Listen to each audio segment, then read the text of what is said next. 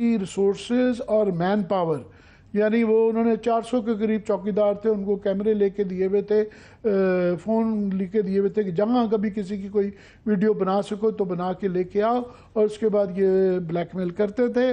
और फिर उसके बाद जो है मार्क्स भी वही टीचर लगाता है, और फिर वाइवा के अंदर उसके बाद 20 नंबर बढ़ाने का इख्तियार है। मतलब वो किसी बच्ची को 10 नंबर से 90 पे ले जा सकता है, 90 वाली बच्ची जो कोऑपरेट ना कर रही हो या इनके तत्ते ना चढ़े तो उसको 20 नंबर पे ला सकता है, 20 में या फेल कर सकते हैं। और उन्होंने कहा जी इस तरह के। जय हिंद, स्वागत है आपका हमारे चैनल पर एक और लेटेस्ट वीडियो में। दोस्तों, पाकिस्तानी मीडिया हमेशा ही कहता है कि भारत एक बड़ी मार्केट है और उसी की वजह से दुनिया उसको तवज्जो दे रही है।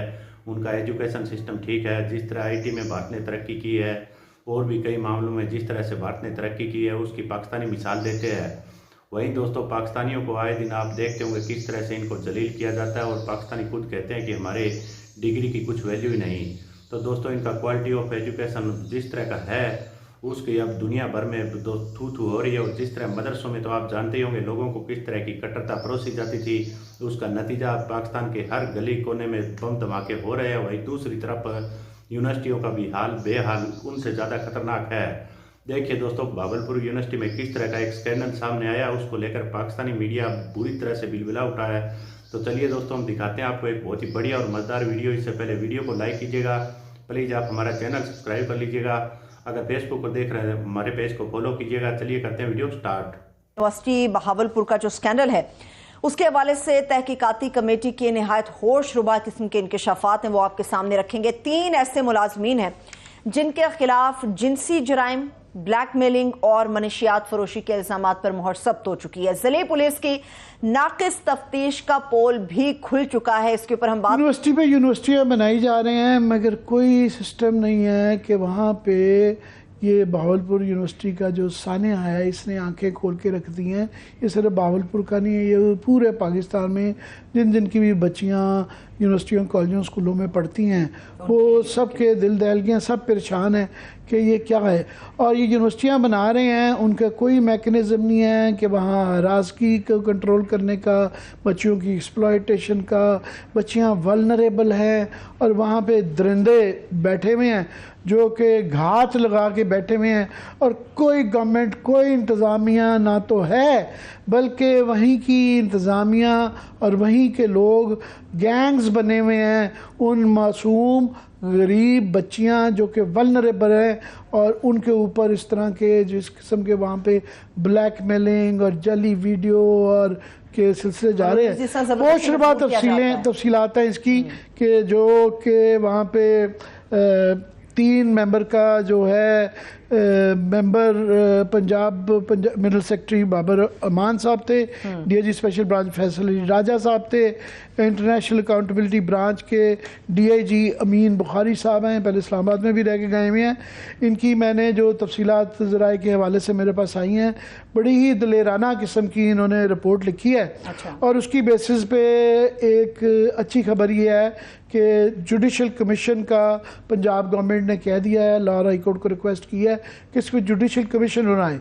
अब सिर्फ उसके अंदर जो हमें जिस पे तशवीश है, और मेरा ख्याल हर बच्ची के बाप को होगी, माँ बाप सबको, ख़ानदान को, कि वो जुडिशल है कि उन्होंने तकरीबन मोर लेस ये उनको इसमें कोई शर्म नहीं थी एतराफ़ करने में कि वो एक इतराफ़ी तौर पे वेमेनाइज़र हैं, और वो बाकायदा जो यूनिवर्सिटी की रिसोर्सेज और मैन पावर, यानी वो उन्होंने 400 के करीब चौकीदार थे, उनको कैमरे लेके दिए हुए थे, फ़ोन लेके दिए हुए थे कि जहाँ कभी किसी की कोई वीडियो बना सको तो बना के लेके आओ, और उसके बाद ये ब्लैकमेल करते थे।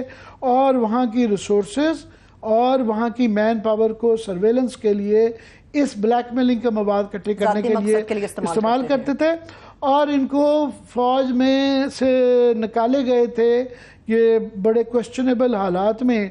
और यूनिवर्सिटी को इनको रखने से पहले किसी को सिक्योरिटी का इंचार्ज बनाते हैं, बच्चियों का मुहाफिज बनाते हैं, तो उसकी वेरिफिकेशन करनी चाहिए थी, इदारे से चेक करना चाहिए था कि जनाब इसका माजी बता दें कि ये इनकी शक्ल देख लें कि ये इनका क्या है, जो कि किसी किस्म का इनकी इस तरह की कोई इंक्वायरी नहीं की गई।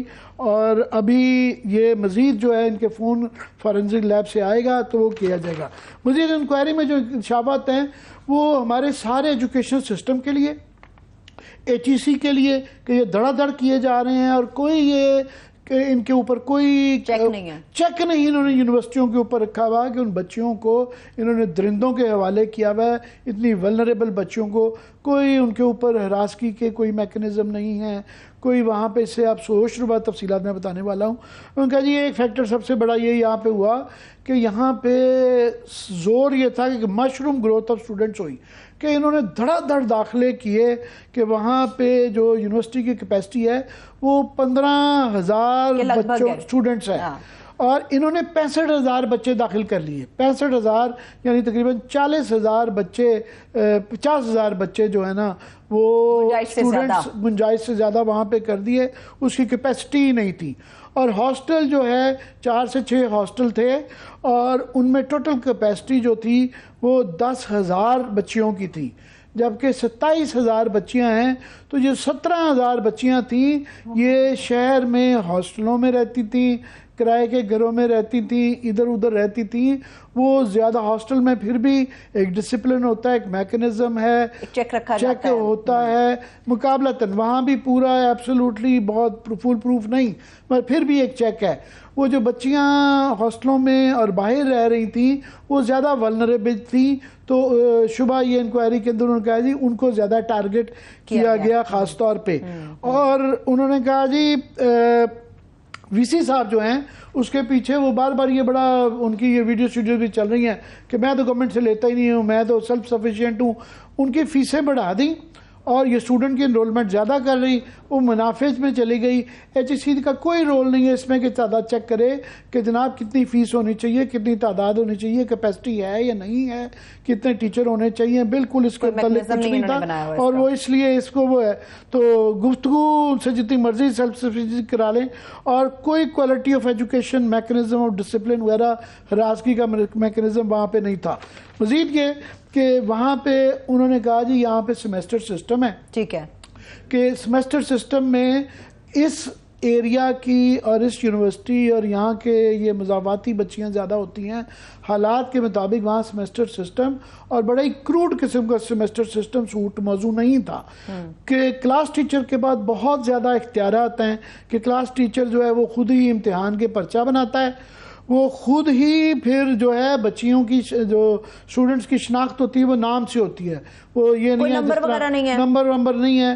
सो लिहाजा पता होता है कि इस बच्चे का किस बच्ची का ये पर्चा है। और फिर उसके बाद जो है मार्क्स भी वही टीचर लगाता है और फिर वाइवा के अंदर उसके बाद 20 नंबर बढ़ाने का इख्तियार है। मतलब वो किसी बच्ची को 10 नंबर से 90 पे ले जा सकता है। 90 वाली बच्ची जो कोऑपरेट ना कर रही हो या इनके तत्ते ना चढ़े तो उसको 20 नंबर पे ला सकता है या फेल कर सकते हैं। और उन्होंने कहा जी इस तरह के हमारे पास शवाहिद आए हैं कि ये होता रहा है।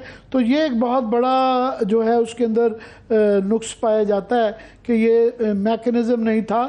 और अभी इंक्वायरी जो अभी उन्होंने जो रिकमेंडेशंस दी हैं उसने कहा जी बहुत संगीन इल्ज़ामात हैं और उन्होंने ये जुडिशल कमीशन का कहा गया है। फिर उन्होंने कहा जी इसकी मज़ीद इंक्वायरी की, हमारी ये इब्तदाई है क्योंकि फॉरेंसिक लेबॉर्ट्री से अभी फ़ोन नहीं आया, सो हम ये इब्तदाई उसके बाद हो सकती है। बड़ी कमेटी एक बननी चाहिए और उसके बाद एक फॉरेंसिक इसके वो उसको निगरानी में होनी चाहिए। HEC ने एक टीम बनाई है, उनका जी उनका कोई किसी किस्म का तजर्बा नहीं है। और दूसरा उन्होंने कहा कि वहाँ पे एक जो इसके ऊपर 2 इल्ज़ाम है ना, नाज़ेबा वीडियोस का है, एक नशावर वो मनशियात का वो है केमिकल, ख़ास तौर पे मनशियात आइस जिसे कहा जाता है, मैथ जो कहा जाता है, वो वहाँ से बरामद हुई हैं इन तमाम लोगों से जिनके खिलाफ FIRs हैं। तो कमीशन का भी तब फ़ायदा है कि जो उसके शवाहिद हैं उनको गायब ना किया जाए।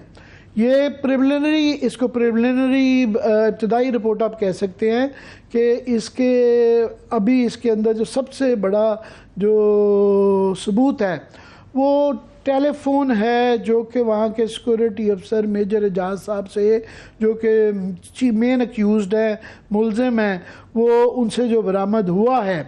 ये जो फॉरेंसिक लेबॉर्ट्री है उसके पास ये 15 तकरीबन 2 हफ्ते के करीब है गया हुआ है।